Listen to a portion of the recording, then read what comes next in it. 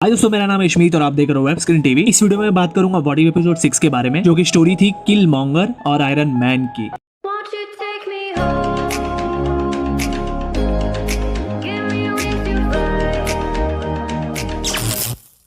तो भाई लोग, एपिसोड के स्टार्टिंग में हमें देखने मिलता है वॉचर का वही सेम पुराना डायलॉग, जिसमें वो बता रहा होता है कि रियलिटी एक शीशा है इनफाइनाइट पॉसिबिलिटीज का, जिसमें कौन सी पॉसिबिलिटीज और एक चॉइस कितने खतरनाक डार्क टाइमलाइंस क्रिएट कर सकती है, इसका हमें अंदाजा भी नहीं है। तो अब एपिसोड स्टार्ट होता है सेम उसी डेस्टिनेशन से जहाँ से iron man part 1 movie start हुई थी। तो एक्चुअल आयरन मैन मूवी में हमें देखने मिला था कि जब 10 रिंग्स ऑर्गेनाइजेशन ने आयरन मैन पे हमला किया था, तो उन लोगों ने टोनी स्टार्क से बदला लेने के लिए टोनी स्टार्क को गुफा में किडनैप कर लिया था और उसी गुफा के अंदर टोनी स्टार्क ने बनाया था आयरन सूट आर्क रिएक्टर की मदद से। तो अब स्टार्टिंग में टोनी स्टार्क जब एक सोल्जर के साथ पिक्चर ले रहा होता है, उसी वक्त अटैक हो जाता है 10 रिंग्स का, और उस अटैक से बचते बचाते जब वो एक जगह पहुंचता है, तब वो देखता है कि उसके सामने ही एक मिसाइल गिर गई है उसी की कंपनी की, जिसके बाद उसके बचने का कोई रास्ता नहीं बचेगा। बट लेकिन वहां पे पहुंच जाता है किल मॉन्गर, और किल मॉन्गर उस मिसाइल को उठाकर फेंक देता है और टोनी स्टार्क को बचा लेता है। अब वहां पे शुरू हो जाता है इस टाइमलाइन का असली नेक्सस इवेंट, जहाँ पे टोनी स्टार्क आयरन मैन ही नहीं बना। तो अब आयरन मैन बनेगा ही नहीं, तो इस दुनिया से थैनोस को हराने के लिए इन्फिनिटी स्टोन्स का यूज करके कोई आयरन मैन नहीं रहा है अब।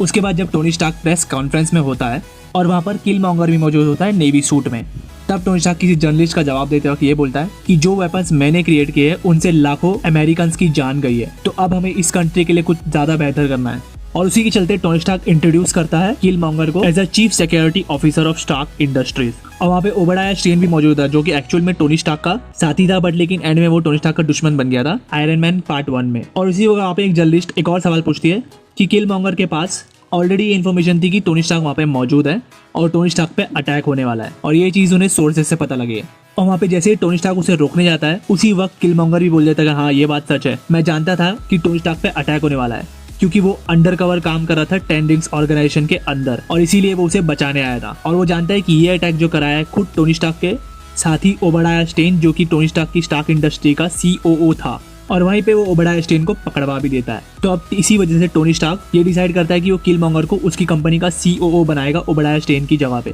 बट लेकिन किल मॉन्गर का टोनी स्टार्क के साथ होना पेपर पॉट्स को बिल्कुल भी सही नहीं लग रहा था। और वहाँ पे हम लोग नेक्स्ट सीन में देखते हैं कि टोनी स्टार्क जो है वो किल मॉन्गर को अपनी हाईटेक टेक्नोलॉजी के बारे में इंट्रोड्यूस कराता है, और लोग वहाँ पे एक दूसरे के बारे में जानते हुए एक और चीज पता लगाते हैं कि उन दोनों की स्टोरी कहीं ना कहीं सेम है, क्योंकि उन दोनों के ही डैड गैंग वार में मारे गए हैं, और ये सब हुआ है हाईटेक वेपन्स के गलत हाथों में लगने की वजह से। और उसी वजह से किल मॉन्गर के दिमाग में एक प्लान था कि वो हमेशा से एक रोबोटिक ह्यूमन सोल्जर्स की आर्मी बनाना चाहता था, ये सब चीज को इरेडिकेट करने के लिए। और उसी के चलते टोनी स्टार्क भी उसको बोलता है कि अब मैं तुम्हारे साथ आ गया और इस चीज में मैं अब तुम्हारी हेल्प करूंगा। तो अब उन दोनों स्टार्ट कर देते हैं उस टेक्नोलॉजी को बनाने के लिए, और उसी के चलते वो दोनों कामयाब हो जाते हैं ह्यूमनॉइड रोबोट बनाने के लिए, जो कि टोनी स्टार्क का बनाया हुआ AI जार्विस के ऑर्डर पे ही चलता है। बट लेकिन उस चीज में भी टोनी स्टार्क को कोई कमी लग रही होती है, और वो बोलता है कि इस रोबोट के सपने को पूरा करने के लिए हमें आर्क रिएक्टर की जरूरत पड़ेगी। उसी वक्त किल मॉन्गर ये बोलता है कि हमारे पास उससे भी ज्यादा बेहतर वेपन है वाइब्रेनियम, जो कि ऑलरेडी किल मॉन्गर के पास मौजूद है। और किल मॉन्गर अपने गले पे लगी हुई रिंग टोनी स्टार्क को देता है, जिसको यूज करके टोनी स्टार्क उस ह्यूमनॉइड रोबोट को वाइब्रेनियम की एब्सोल्यूट पावर की मदद से अच्छे से तैयार कर सके।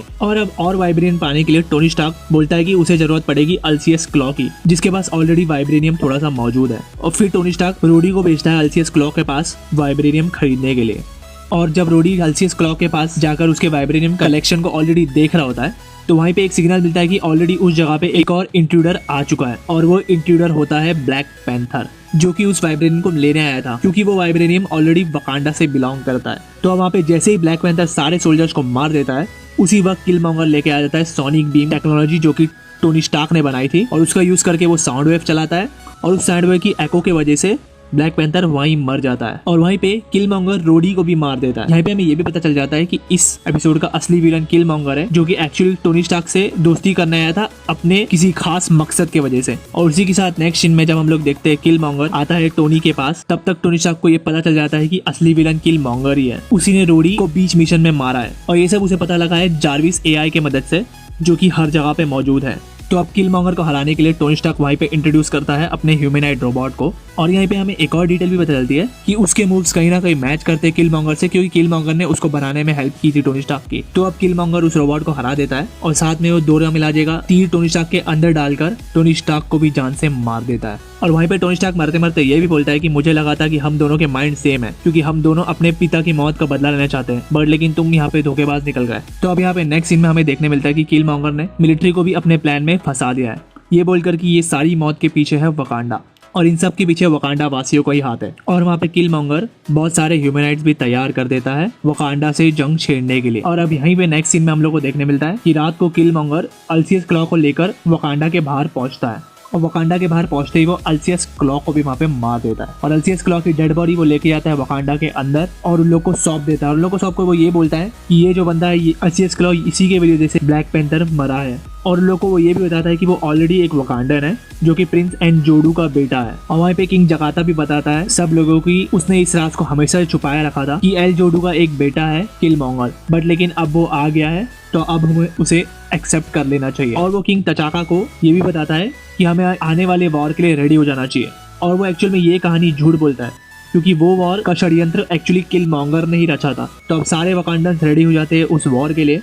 उन रॉबर्ट्स के साथ जो कि टोनी स्टार्क ने बनाए थे किलमॉन्गर के साथ मिलकर। और किलमॉन्गर वहाँ पे ये भी बोलता है कि हमें उन रॉबर्ट्स को एंटर कर देना चाहिए वकांडा के अंदर, क्योंकि वो वकांडा के अंदर एंटर होते ही उनसे जारविस का कनेक्शन टूट जाएगा। तो अब सारे ह्यूमनाइट्स अंदर आते ही अपना फंक्शन खो देते हैं और वहीं पे वो लोग बंद हो जाते हैं। और इसी वजह से किंग तचाका को भी किलमॉन्गर पे और ज्यादा विश्वास हो जाता है और वहीं पे किलमॉन्गर अपना एक और प्लान जारी करता है क्योंकि वो उन ह्यूमनाइट्स रोबोट के बारे में ऑलरेडी जानता था। तो वो चुपके से सेंसर बटन दबाकर उनको वापस से जगा देता है। तो अब सारे ह्यूमन ड्रोन्स वहाँ पे जाग जाते हैं और किलमॉन्गर बोलता है कि हमें उनसे लड़ना चाहिए। एक्चुअल में ये सारा प्लान जो है वो किलमॉन्गर का ही रचाया हुआ था ताकि वो किंग तचाका का विश्वास जीत सके और उस थ्रोन को हासिल कर ब्लैक पैंथर बन सके, जिसके लिए वो एक्चुअल में डिजर्व करता था, ऐसा वो सोचता है। तो अब सारे ह्यूमनाइट रोबोट्स को खत्म करने के बाद वो वकांडन्स का विश्वास जीत लेता है और इसी के साथ किंग तचाका किलमॉन्गर को वो प्राचीन ब्लैक पैंथर का हर्ब देकर उसे भी ब्लैक पैंथर बना देता है। तो अब जैसा कि हम लोग जानते हैं कि उस हर्ब को पीने के बाद जो भी ब्लैक पैंथर बनता है वो अपने फैमिली के मरे हुए लोगों को भी देख सकता है। तो वहीं पे उसे मिलता है तचाला